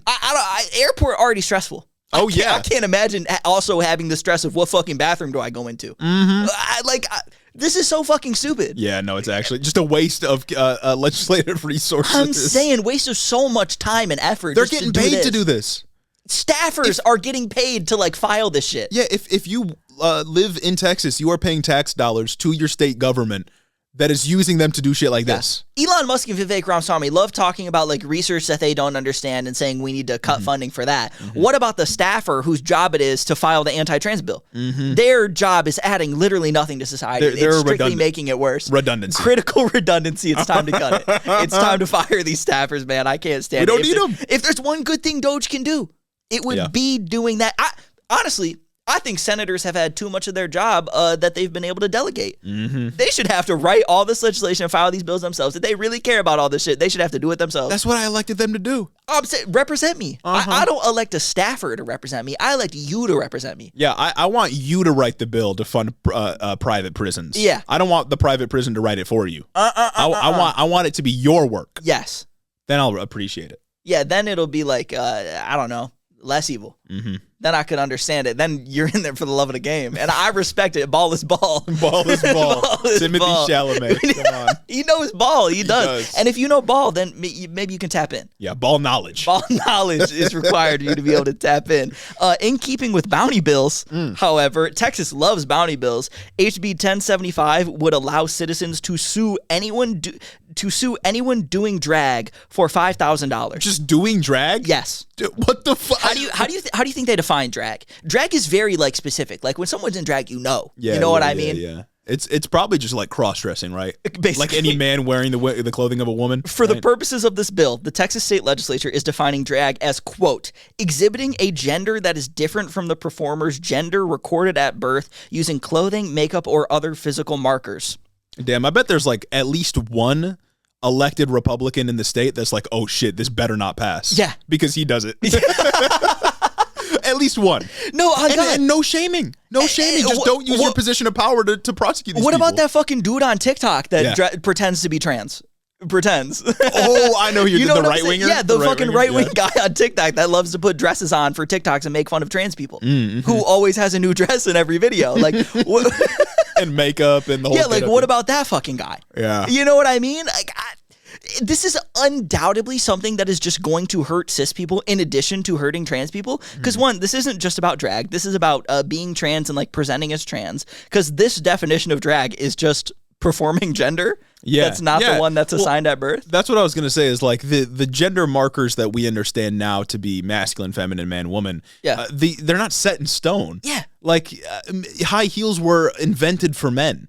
There are thousands, if not millions of people out there that are just gender non-conforming. Oh, yeah. That's it. There are fucking femboys walking around. There are like butch lesbians that walk around. Like, what do you... Just let people live. Yeah, no, let them... Yeah, no, this is like a crazy infringement on freedom. Let them express themselves however they want to. That is like part of... The First Amendment is freedom of expression. What about fucking tomboys? Yeah. Can I go sue a tomboy for $5,000 just because they put on, I don't know, a fucking flannel and jeans? Well, yeah, classically, women weren't supposed to be wearing pants. Like, are we going to start making that illegal now? Like, this is so genuinely fucking insane and stands to hurt so many more people than just trans people. Yeah. Even if you don't fuck with trans people, you should not fuck with this bill. Even if you don't fuck with drag, you should not fuck with this bill. Yeah. This is an insane overreach. Or, like, what about men wearing earrings, right? Like, sometimes that's seen as feminine. Is that going to be like, are you going to be sued for that now? Are we going to hold up the fucking Texas courts because men were sued for having an earring in what used to be the gay ear? Yeah, exactly. That used to be a thing like 10 years ago. And now everybody's got their fucking ears pierced. This is so stupid, guy. Like, Texas, I'm so sorry. Yeah, Texas is a bad place. Texas is a really bad place, and that's just a particularly insane bill. Next, we have SB 86, which seeks to require parental permission for kids to join gay straight alliance clubs or any other club in high schools that, quote, promotes themes of sexuality, gender, or gender identity. Oh, fantastic. Gang, this is just discrimination. Yep. There's no other way to put it. This is strictly discrimination, and like this is borderline like other policies in Florida that require schools to sort of forcibly out queer students to parents. I was going to say this would just bar you from having a safe space for your identity. Exactly. That's all it is. This exists to eliminate what is the only safe place for some queer kids in Texas who come from homophobic families. This might as well be called like the more suicide bill. Oh, God. like genuine, like we know that social acceptance, especially in schools, is very important to like a young student's health when it comes to like gender identity or sexual orientation, that kind of thing. And if you cut off their ability to have a safe space, especially if they have abusive, homophobic parents, whatever, it's the suicide bill. fucking insane. Yeah. Texas going crazy. Lambda Legal and the LGBTQ rights group is saying this is just a clear violation of the Equal Access Act, which requires the rule that rules are applied equally to all student groups and organizations. So hopefully, even if this one gets voted in, it just never can hit the ground running. That'd be great. But like, this is the most blatant form of discrimination. Like, I don't understand how this is flat out just illegal on its own terms, like Civil Rights Act terms. Yeah, and more broadly, like, going through high school, part of the point of it is learning how to be your own person. Right? Yeah. Gaining some independence and joining student clubs, organizations, and stuff like that is a part of that. You're meeting people, you're learning new things, you're becoming your own person, you're taking responsibility for projects and events and that kind of thing. Part of it is learning how to do shit without your parents. Yeah. Like on a more basic level, there's no reason for this. And of course, as I've already been saying, this is just to attack LGBTQ students. It's like, what do you even need parental permission in high school for anymore? Like field trips? Yeah, field trips. That's maybe. Like it. Like you could join a fucking sports team without that. Yeah.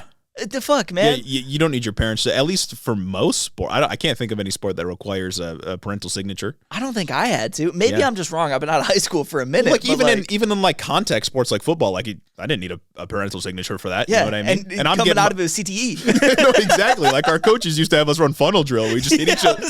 Our heads would just smack into each other because that's what the fucking drill was designed to make us do. Anyway.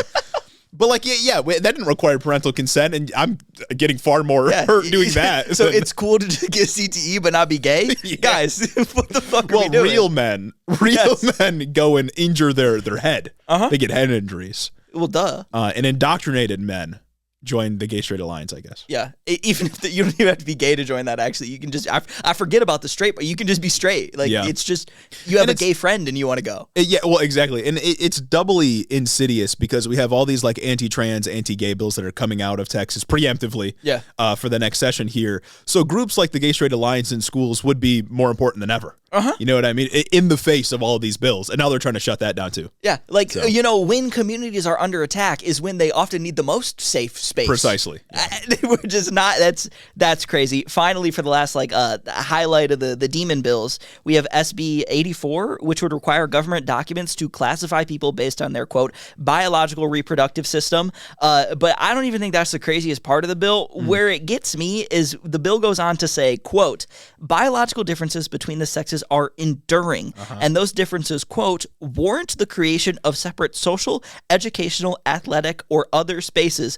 What the fuck do you mean separate social and educational spaces? I cannot be in a classroom with a woman. Like, do we not all go to school together? Yeah. You are not preparing these people to go to the real world. Like, what do you mean separate educational spaces? Like that's the one there that's like, what the fuck? Because like I guess there are like arguments for like, yeah, safe social spaces. Part of being in school and being in society is learning to get along with people. Yeah. People that are different from you. People that are different from you. And I feel like maybe there's data on this that I don't know. I feel like when we have boys and girls, like schools that are separated, we just create freaks that don't know how to interact with the opposite gender. Yeah, and it's like, what do you mean classify based on biological systems? Like, yeah, that's already a definition that's not going to stand up to any meaningful scientific scrutiny. But it's just like socially, when you interact with other people, you're not thinking about their fucking biology unless you're a freak. I'm saying. I'm treating them as like a whole person, you know? I don't look at a dude and not think like, oh, testicles. Testicles, you know? yeah. I'm not. Stupid. I'm not walking up to like, I don't know, a tomboy and thinking, I bet you have undescended testes. Yeah, that's dumb. Yeah, that's stupid. You're a fucking freak. I'm like, oh, I wonder what your ovaries are like. Yeah, I'm not out here like JD Vance, like, are you menstruating? Are you like, that's crazy. Are you menstruating right now? How's your uterus? Yeah. At what point are you in your cycle are you in right now? Yeah. Like, that's weird. That's weird. You're a fucking freak. Yeah. You're a fucking freak. These are all, oh my God, man. Y'all got some freaks in your state legislature, let me tell you, but Texas moment. Yeah. And it's like, again, it's all just to go after trans people. None of this has anything else to do with like creating safe spaces for cis women or, you know, protecting students or preventing indoctrination. It's all just thinly veiled excuses to harm trans folks. Yeah. That's all it is. Just because you don't like how they look. Yep. I had seen when I was reading the Texas Tribune article that's linked in the description where I got a lot of this, information for the Odessa bill on. Yeah. One of the city councilmen justified it by saying, I don't care what you do in the privacy of your own home, just don't do it in public. I thought we got over this in like the 90s. That's what you said about like gay people when the AIDS epidemic was going on. Yeah, exactly. Like I thought we moved past this as a culture. But no, we just shifted to something else. Like being who you are in public is like an important component of freedom and security and happiness. That is your identity. Yeah. This all just feels like separate but equal, but like new. Yeah, you know what I mean? It's like they're not going out and showing hole in public, you know? Uh-huh. They're just being themselves. And when they do, there are other consequences associated with that aren't associated with your immutable characteristics. Exactly. And this is especially concerning right now because there's the Supreme Court is hearing arguments right now, or last week they were hearing oral arguments in, I forgot the name of the case. I'm sure I highlighted it. It's a Tennessee bill, yeah. It's a Tennessee bill that made it to the Supreme Court that's like banning gender-affirming care for minors. Yep. They're hearing oral arguments for that right now. Yeah. And I think I had seen, it was Alito, or it was one of the fucking conservatives. They all suck. They're all evil. You know what I mean? Who said, well, is being trans really an immutable characteristic? Oh my fucking God. That's the same thing as saying, is being gay really like something that is not a choice? Well, it's people often say like, oh, being trans isn't an immutable characteristic because you choose to identify differently. But it's like, no, you're choosing to identify with what you feel inside. Yeah, because you're feeling dysphoric about it. Exactly. There's negative mental consequences it's immutable, associated with this. It's immutable at a foundational level. Yeah. Like at a base level, it's immutable. And it's because it's like, it extends from the same argument as like being gay, right? You are choosing, you could...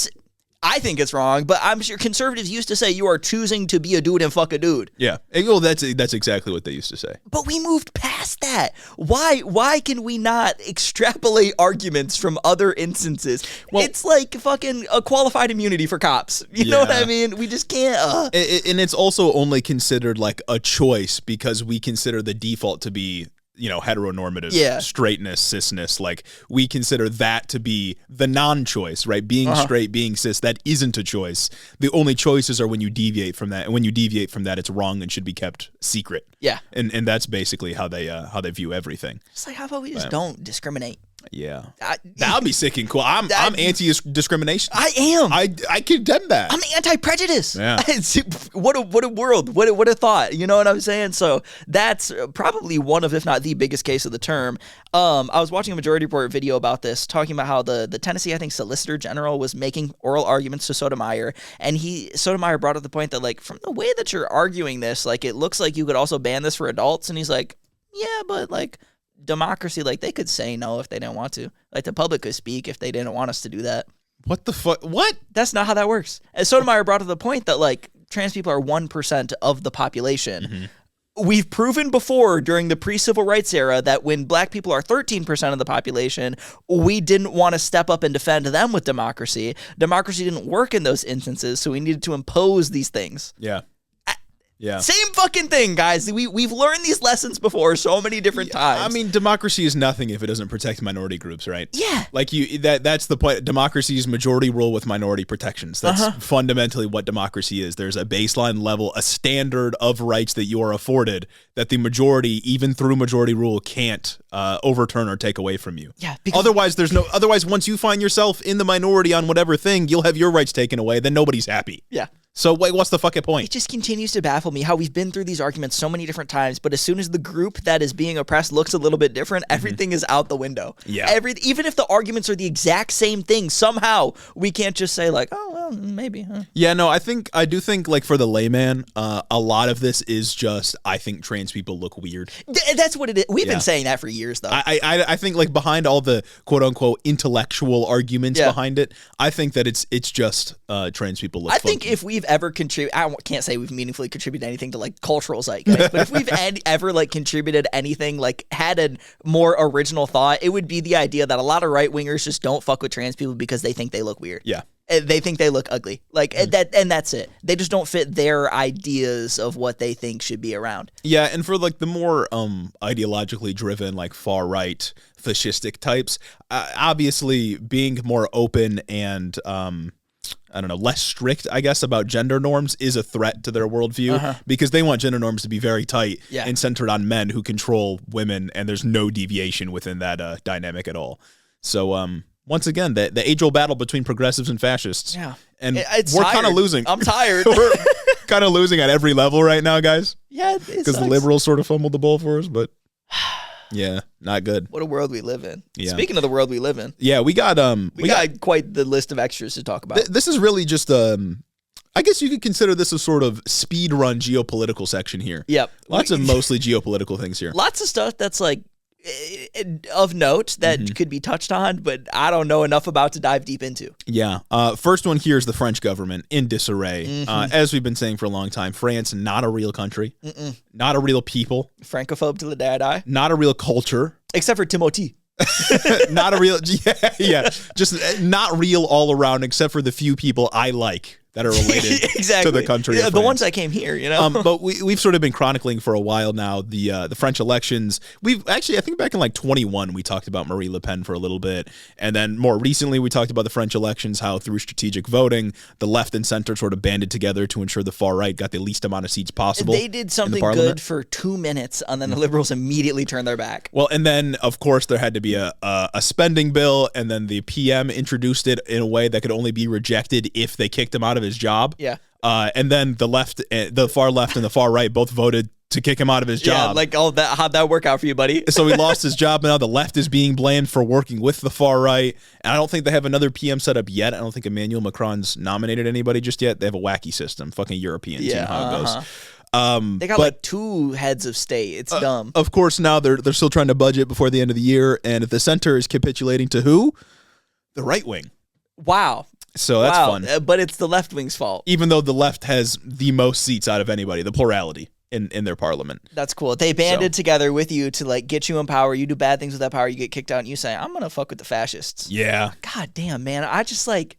And the left isn't even like socialist. I think there's like a socialist party. Yeah. But it's not like they're like revolutionary, Nobody you know? wants to fucking stand on business, bro. Yeah, nobody. Nobody in the fucking world wants to stand on business except for me. And now Kash Patel is going to put me in cuffs. Exactly. I'm going to get locked up. It's absurd, man. What the fuck? Yeah, centrist liberals in France losing power the same way that we are losing power here in the U.S. Yeah. Moving on from France, though, TikTok, more important, arguably. So much more important for the world over. It seems like the TikTok ban might still be happening.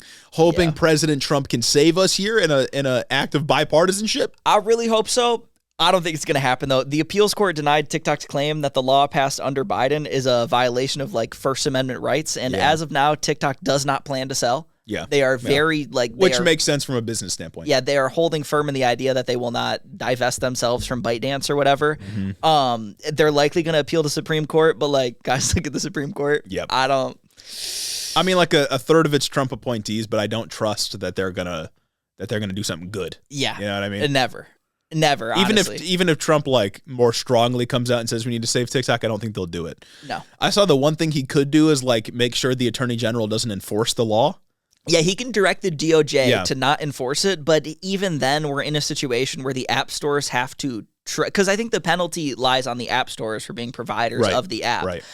Apple would have to trust that Trump's word, and they would have to say, oh, Trump said he's not going to prosecute us, so we're still going to host TikTok. Yeah. That's just an unnecessary liability that they will not take on. Yeah. Because Trump, at the drop of a dime, can decide to just tell his attorney general to prosecute them for it, and then they're fucked out all that money. Yeah, if he sees a TikTok he doesn't like.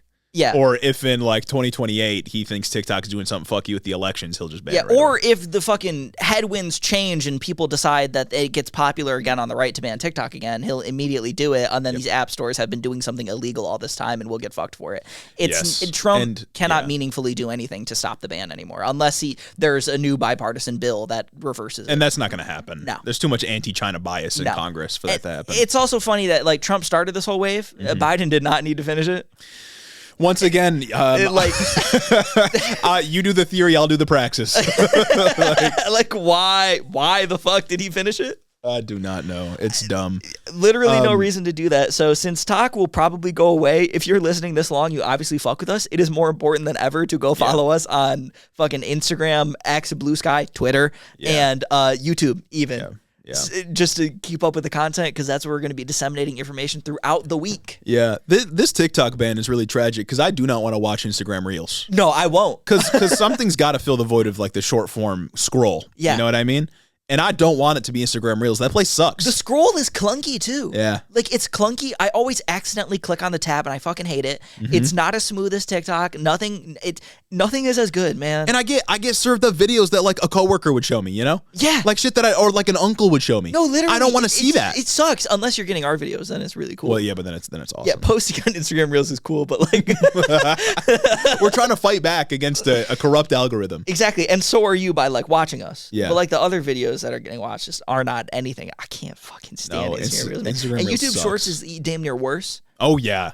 No, YouTube Shorts is like the bottom of the barrel, and forbidden territory. TikTok is like the one place where we don't get treated awfully on damn near every video too. Like in the comments, man, I'm just not. Yeah. I'm not looking forward to an era without TikTok. Also, I like to watch TikToks before bed. I like TikTok. It's a fun app. It's a fun app. Where else am I going to see cool anime edits revived on TikTok? You know how many cool fucking Jujutsu Kaisen edits I saw? My life is getting worse. This is fucked up. Because of this. This is fucked up. This is arguably the worst thing to happen this week. Yeah. And also I was reading an article about it, and apparently the app will like stay on people's phones, but it won't receive updates so anymore. It'll just break. And of course, if the TikTok ban does go into effect and they have to pull out of the country, they're not going to be like paying out to creators anymore, which sucks for us and a whole lot of other people, which means that creators will stop posting and giving it as much attention because there's no incentive to do it. Yeah, so if you want to create a bunch of different TikTok accounts and watch our videos, next month will probably be our last payout ever. Yeah, so yeah. Man, that if sucks. you want to help us out for free, that would be pretty cool. TikTok literally built the brand, man. No, absolutely. We have 100,000 fucking followers on TikTok. Nothing else even comes close About to that. to hit 10K on Instagram, which is like when you can monetize it, but the Instagram Reels fucking sucks, as you said. For creators and for viewers. Yeah, it's an awful place to be. I'm praying that maybe somehow they decide to like revitalize these platforms now that there's a void that needs to be filled. But like, I don't trust companies to do anything good ever. Yeah, maybe at the very least it can like the Supreme Court will like put a stay on it for a while. Yeah, because like we probably wouldn't get a decision until like June, right? So true. maybe that would be good. Give us a few more payouts. That would be pretty nice. That would be a few more days of scroll. Come on, please. I need it. I need it so bad. In other news, Joe Biden went on a little tour visiting different African countries that the U.S. is trying to build partnerships and relationships with. Are we trying to do One Belt, One Road, or are we just trying to probably diplomatic relationships? A much less significant, more meek version of that, probably. All right. And of course, Trump's about to come into office, so anything he does is literally meaningless at this point. Yeah, but he's not the president anymore. I bring this up just because he was at some conference, some speaking event where someone else was speaking, and he was falling asleep, and I thought that was really funny. Me when I'm old. It was past his bedtime, man. Yeah. Come on. And like, sometimes you can make the argument like, oh, he's just listening. Like, he's just focusing, listening. It was unambiguous. Shut. It was unambiguous here. Eyes shut. His sort of head was in his hand, and he was asleep. Man, what the fuck, man? Remember when this guy said, "Yeah, I can't do meetings past 8:00"? Yeah. Come on, man. And we are still getting news to this day about how Democratic staffers were like, "No, we really couldn't see it coming. That he was going to drop out." Yeah, I saw there was an article this past week that said when Biden finally did announce he was dropping out on like July 21 or whatever, that's when Jen O'Malley Dillon found out because she's a staffer, and she cried at her desk that day. Shut the fuck up, man. These unserious people in unserious fake positions. Like what you mean cried? I was rejoiced. I was geeked. That was the happiest I was all year. That fucking week where Biden dropped out and Kamala announced and the K-Hive memes were all popping off. That was the happiest I've been in so long. Oh my God. That was the day I ran out of my car at the studio like, Biden dropped out. It was so good. And that information happened on Sunday too. Oh my God. No, that shit was sick. Jen O'Malley Dillon was crying. That's how you know she should never been anywhere near the top ranks of this campaign. Honestly, even just making like a genuine argument for it, there's just too much competing interest there. There's a conflict of interest when it comes to that. If you are that emotionally invested in this going on. Yep. In some more international news, South Korea. Hey man, I want a formal apology from everybody who got mad at us for saying you could vote out fascism. They voted out fascism. They did. They stopped it at the ballot box. Nothing firmly. ever happened. The fucking South Korean president or whatever the fuck. Other countries are dumb and weird. Exactly. We have the only good political system, even though ours isn't that great. But it makes sense to me. So, yeah, it must be natural. It must be natural because it makes sense to me, right? That's a good worldview to have, right? Everything else that happens everywhere else is weird. But either way, well, nothing ever happens. South Korean president decided, I don't know why, I don't know enough about South Korea, but this is insane, to declare martial law. Yep, out of nowhere. And then all of a sudden, I open up Twitter in the middle of the workday to like take a break for a second, and I see videos of fucking APC is just driving down the South Korean streets of Korean soldiers with guns just looking at civilians like what's going on, civilians fighting back against them. Yeah. And then 2 hours later, the Congress or whatever, their parliament, the people who work in the parliament, the senators or whatever their equivalent of senators or representatives are, barricade themselves in there and vote no on fascism. Unanimously. And then they stopped. And then bro was like, all right, sorry, guys. And then they just stopped fascism, and he's like, I'm sorry I did that. And his whole argument was that communists took over. What the this unserious world we live in. Bro, where are the communists at? I'm saying. Are they I think his argument was like North Korean communist spies or whatever have like infiltrated the opposition party, and that's why I need to declare martial law to hold on to power. For like, 16 hours, and then he was like, all right, sorry, guys. And they just said no. Yeah. What the fuck? Yeah, and apparently they raced to their like parliament building or whatever. Yeah, so that they could do that because they knew, the way to stop fascism is to vote no. What the fuck? Amen. Effective government. Amen. Hey, that's 1 point for liberal democracy. That's 1 point for liberal democracy. So nothing ever happens in South Korea, but something did happen in Syria. Yeah, and you know what happened? Anti-incumbency reached Syria. It's fucked up. The anti-incumbency wave finally reached them, and Assad has fallen. Assad has lost the electoral votes necessary to win back Aleppo. He's not going to win. Once again, incumbents just cannot hold on to positions throughout the world. Yeah. It's the backlash to COVID. So we don't have a full section on Syria, of course. There's a lot of different factions within Syria that are sort of vying for power, given that Assad seemingly is dead, ousted. I don't know exactly. I don't know. People are saying his plane maybe crashed. I have no idea. Yeah, I don't really know. But at this point, I think revolutionary forces have basically seized the entire country. Damascus, I think, was the most recent city that they took over. So things looking bad for Assad. No longer can we make the joke with Assad margins. So because he's out of power now. It's tough, an era. But other than that, I'm not really going to make any judgments because I don't know any of the actors involved. I was going to say, I do not know nearly enough about this conflict to be able to make any sort of educated opinion. And I think you should appreciate people for doing that. Yeah, I think for having the humility to say that. All I know is Assad bad. Exactly. All I know is Assad chemical bad. Weapons on civilians and dictator. Yeah, Assad bad, but of course that doesn't mean that whoever comes after is necessarily an improvement. So we'll see. The only thing that you can make a solid call on right now is that there is a power vacuum and a lot of different factions. Whether or not those factions are good or bad, no fucking idea. Wait and see. We'll find out. We'll find out. Maybe we'll cover it again later. It's Syria. Can't get much worse, Syria's hasn't been doing well for like a decade. In other Mideast news, the ceasefire with Lebanon and Israel seems to be holding. Well, that's nice. That's pretty good. Yeah. And the Gaza negotiations are starting back up again. Classic. So hopefully those go somewhere this time. Those have been starting up every week. Yes, it's very true. Yeah. And then lastly, this isn't geopolitical news, but we did see this week, just because a lot happened, the Daniel Perry case. Daniel Perry was the guy who strangled someone on the New York subway. Yeah. For like 6 minutes and killed him. Yep. The guy he strangled was having a sort of mental health episode and throwing some garbage around and stuff like that. So naturally, you kill him. That's the natural response there. Daniel Perry was being charged with, I think the highest charge was second-degree manslaughter, and the top charge has been dropped from his case. Yeah. And jury's still considering the rest of the charges right now. The jury was like hung, weren't they? Like the jury could not come to a decision on the manslaughter charge, so the judge dismissed the case and said, okay, we'll try again with lesser charges or something. There's still other charges, but yeah, this guy is may end up walking free, which would be really bad. A lot of right-wingers are taking the Daniel Perry case and sort of running with it as an example of him being right, but I think it's all kind of just related to the fact that he killed a black guy on the subway. No, because that's what happens anytime a white person kills like a black person in a manner like this, is right-wingers justify it post hoc by bringing up pasts. I've seen so many reports about how like Jordan Neely had been arrested like 11 times between X year and X year. Yeah, but like he didn't know that. That has nothing to do with what happened. Like, that has nothing to do with the whatever mental health crisis that he was having on that subway that led to Daniel Perry feeling like he needed to restrain him with a fucking chokehold, which we don't let our cops do. Like, we're banning those. Those are wrong. He couldn't have possibly known that. It's like Daniel Perry was a Marine, wasn't he? Yeah. So he knows about chokeholds. Exactly. People on the subway were saying like, "Hey, yo, let go of him. You're gonna kill him." Yeah. And he choked him for 6 minutes and killed the guy. Like, I'm sorry. I understand that being around people having a mental health episode, especially in a city like New York, very populated. Yeah, it'll freak you out, obviously.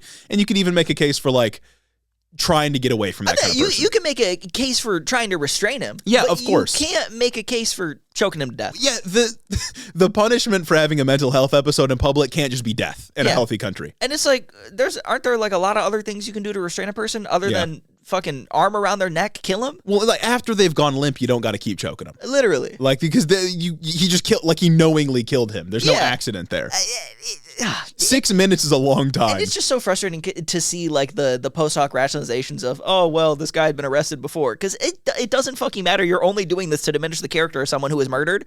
We saw it with George Floyd. We saw it with Breonna Taylor. Even though with Breonna Taylor, it was the most egregious because she ain't ever do anything wrong. Yep. Like. Yeah. Well, and it's like, it doesn't matter because Daniel Perry didn't know that this guy had a criminal record. Yeah. Like he couldn't have known. All he saw was a guy was having a, again, mental health episode, throwing trash around at people on the subway. And he was effectively a civilian. Yeah. And it's just, it's bad. Not to get too philosophical, but I feel like a society is judged by how they treat the worse off among them. Yeah. And if the way we treat the worse off among us is by just killing them when they have a bad day, I think that speaks poorly of the age that we're in. Yeah. And it's like, again, you can make a case for restraining a guy. Yeah. You can do a whole lot of things that aren't just choke.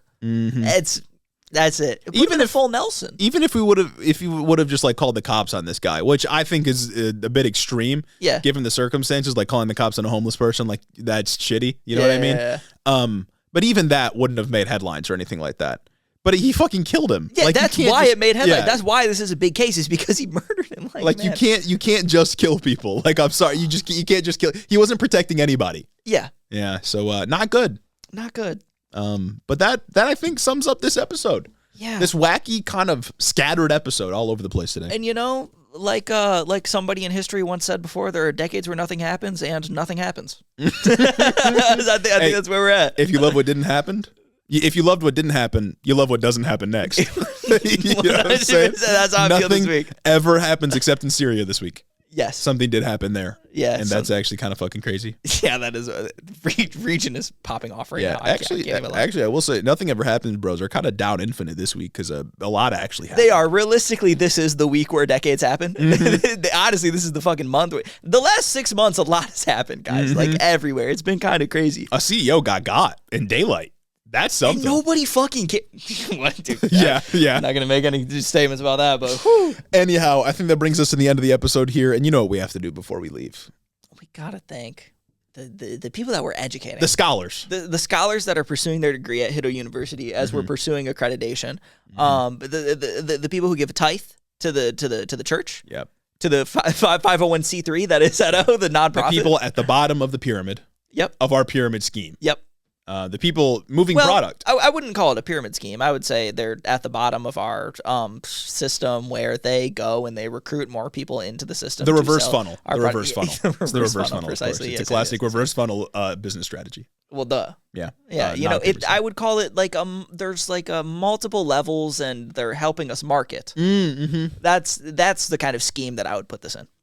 And that's completely valid. It is. It's valid and true and not a pyramid scheme. And once accreditation is no longer a concept in this country, we'll be on equal footing with every other educational institution. Harvard, Yale. Pfft, who the fuck are they? Hiddo, Harvard, Yale. Come on, guys. The new Ivy League. We'll sprout up. Maybe once it happens, we can even drop some university merch. But for Hiddo, you know what I'm saying? we can drop a diploma. Yeah. We can drop a diploma. Come on, guys. It's gonna. Yeah. It's gonna pop off. All right. So special thanks to our beautiful bright scholars: Caden Kraut, Laura Tyler Radiant, Chris the Postman, Christy Begg, Dylan B, Andrew Harris, Mike Chaplinsky, Omar Zuno, Clayton LaFed, Mark Yeager, Caleb Joy, Rich Tarotari, Gavin Mayer Maldonado, Hunter W, Fergalaki, Max Vesquez, Jacob Rogers, Colton Mooberry, Fixer Punk, Jim Egbers, Jeff Muzzy, Big Burrito, Cincy Alex, Joe Stenstrom, Adrian Sandoval, Chloe Sam 601, Colleen Cutsbury Yook, Jennifer DeVoe, Big Bird Titty, Crawfish, Bennett Bennington III, Alexia Benanti, Nietzsche, Big Booty Beatdown, Sam Maloney, Two-Headed Boy, Ben Shapiro's boyfriend, Ted Cruz's boy toy, Dictator Jace, Luke O'Shea, Cucker Tarleson, Danielle Jackson, The Word of Microsoft, Jennifer Science, Aaron and his Gundam Gundams, Darth Father, Tailored for Content, Corey Chambers, L.E.N., Devin Hatchard, Retro Mondo, Emma the Doot Slayer, Veronica aka V, Raxon, Ash Smith the Grotler, Flower Clown, Beetlebugs, Murder in a Trench Coat, Lonnie Rogers, Slavic and Sapphic, Casey Lynn Kelly, Snake Eyes, and Hope of Giants, A.K. Khan, Zach Lantian, Ifo Russell, and Austin Greif. Marcus Corbett, Caleb Roper, Taylor Rensock, Cammy, Tylen Freeman, Steak Daddy, Tay, Isaac Hodges, Madeline C, Kayla Lowe, Anna Valenic, KCC, Say Yes to Wes, August, Particular Pickman, Sir Capalot, Jeff Sines, Howard the Duck, Brennan as Egg, JR, Drew Batchilder, Froggy Gumdrop, Jackie Boy, Shameless, Coherent Babbles, Sasha, MJ Sharp, Michaela Muncie, The Wallace 3000, Jared Finch, Tactical Snowflake, Son of Ander, Vanilla Bryce, Chris T, Kishan Lala, Amanda R, Hanky Panky, Tyler J, Damian Blues, Ashley White, Lalo Valesco, Particulon, Memfrez, Lauren, Unchrestmatic Boar, Sasquatch, Rhonda Stiletto, Midwest Marxist, Joe the Mailman, Gary from West Michigan, Shawnee GG, Juniper Not Jupiter, Stacked Crabs, I Crowley, Urban Peach, Lord of Forlorn, Holt Forsyth, Kevin Kasaya, Schnoodle, Booty Snakes, Erica, Krusty Crab, Dewfairy, Chelceratops, Austin Lima, Lane Waltz, Azim Fida Hussein, Brooklyn G, Noverk the Dastardly, Goldthorn, Addie Book, Merlin, John from Houston, Anaya, Ian C, Cryobongi, That Art Dork, Sergeant Pookie, Connor Nix, Jordan T, Hoodie, Kim Kitsuragi, Rose Grimm, Jamie the Young Extremist, Jack the Heathen, Archer W, and my mom. Thank you all so much for attending Hiddo University and working so diligently towards your degrees. Look out for our new episode of People of Interest that comes out later this week, and look out for our appearance on the Talk to a podcast to discuss election postmortems. And we might also end up on the Talking Talk to a podcast. Yes. And that's very exciting. It is. We're launching a new satellite podcast, Talking Talk to a. Exactly. We are also going to launch a new cryptocurrency, Hiddo. Come on, guys. It's kind of perfect. Yeah, you better buy in. It's kind of perfect. 4-letter code, 4-letter cryptocurrency. Come on, Hiddo. And look out for something you might be getting in the mail soon if you're a patron. Oh. If you signed up for it. Oh, it's completely safe package, I promise. Completely safe package. So look out for that. And thank you for listening to this episode. Have a great week.